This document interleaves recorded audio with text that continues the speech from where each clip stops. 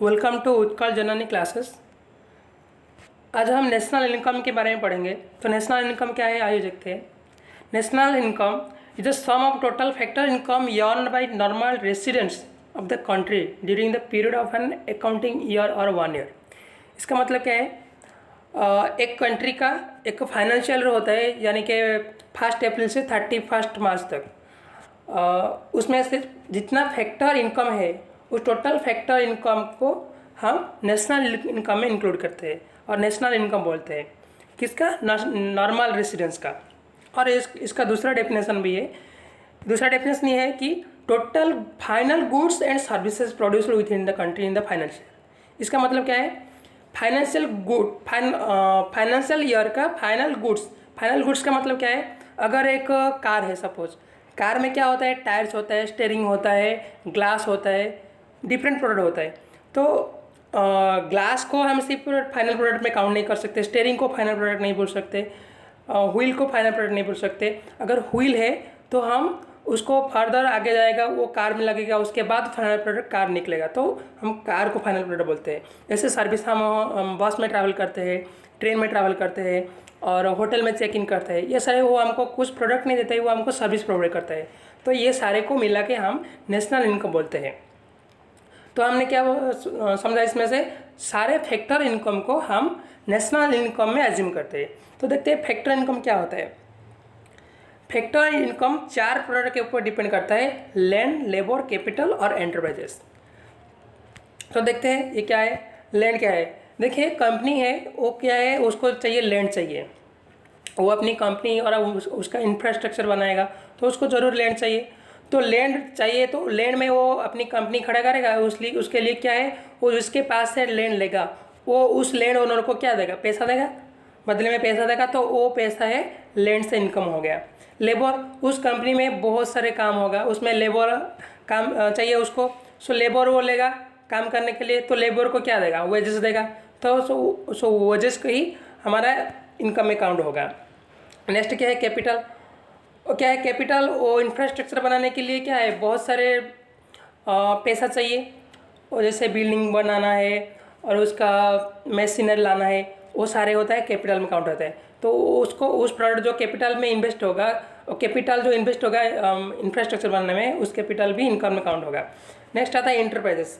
वो कंपनी क्या है, इंटरप्राइजेस इसमें क्या आया, इंटरप्रेन्योर यानी कि जो पर्सन और जो ग्रुप मिला के जो कंपनी बनाते हैं, उस कंपनी में क्या होगा, वो किस लिए बनाते हैं, प्रॉफिट के लिए।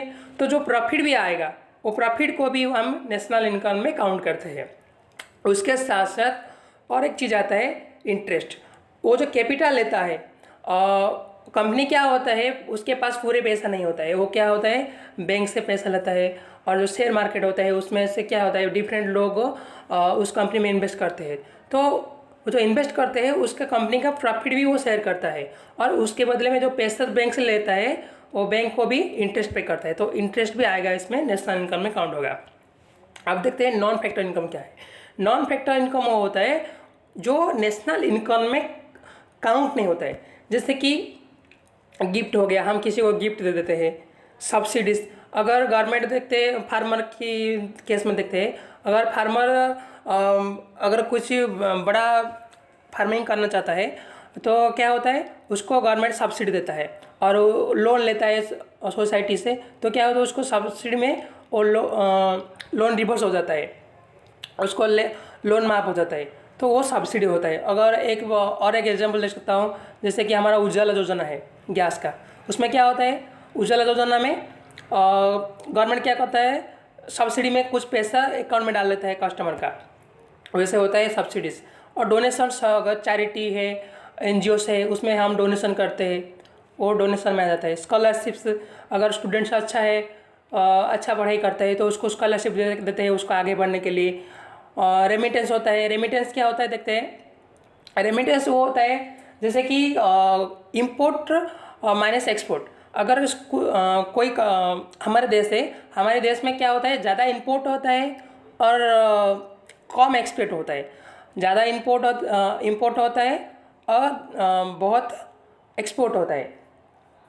तो क्या है, एक्सपोर्ट्स माइनस इनकम करते हैं, तो इसमें क्या आ जाएगा, रेमिटेंस आ जाएगा, ज़्यादा रेमिटेंस आ जाएगा। अगर ज़्यादा एक्सपोर्ट होता है और लेस इंपोर्ट होता है तभी रेमिटेंस आएगा। अगर ज़्यादा इंपोर्ट होता है, लेस एक्सपोर्ट होता है, तो उसमें रेमिटेंस नहीं आएगा, रेमिटेंस माइनस में चला जाएगा। लेकिन हमारा इंडिया का क्या है, हमेशा रेमिटेंस माइनस में चला जाता है। टूरिज्म, अगर हम कोई कहीं टूरिस्ट प्लेस में घूमने गए तो हम उसमें पे करते हैं, वो भी नेशनल इनकम में नहीं आता है। और इंटरनेशनल ग्रांट्स का क्या होता है, ग्रांट्स का मतलब वो एक तरह का गिफ्ट ही होता है। जैसे कि हम किसी कंपनी को बनाना है, किसी को बनाना है, तो हम उसको हेल्प करना चाहते हैं तो हमको उसको ग्रांट देते हैं। और इंटरनेशनल ग्रांट में क्या होता है, अगर अभी कोविड का पीरियड है, कोविड का पीरियड में क्या है, इंडिया को बहुत पैसा चाहिए, तो अमेरिका ने क्या बोला, थोड़ा सा उसको इंडिया को हेल्प के लिए ग्रांट्स दे देते हैं। तो वो पैसा परमानेंट के लिए दे दिया, वो पैसा वो रिवर्स में नहीं लेगा। जो पैसा रिवर्स में नहीं लेता है, परमानेंट दे देता है, उसको ग्रांट्स बोलते हैं। ठीक है, ये क्या होता है, ये नेशनल इनकम में नहीं आता है। तो थैंक यू अब हमारा वीडियो देखने के लिए। ऐसे ही अच्छे अच्छे टॉपिक पर हमारा वीडियो आएगा तो चैनल को सब्सक्राइब कर दीजिए। Thank you.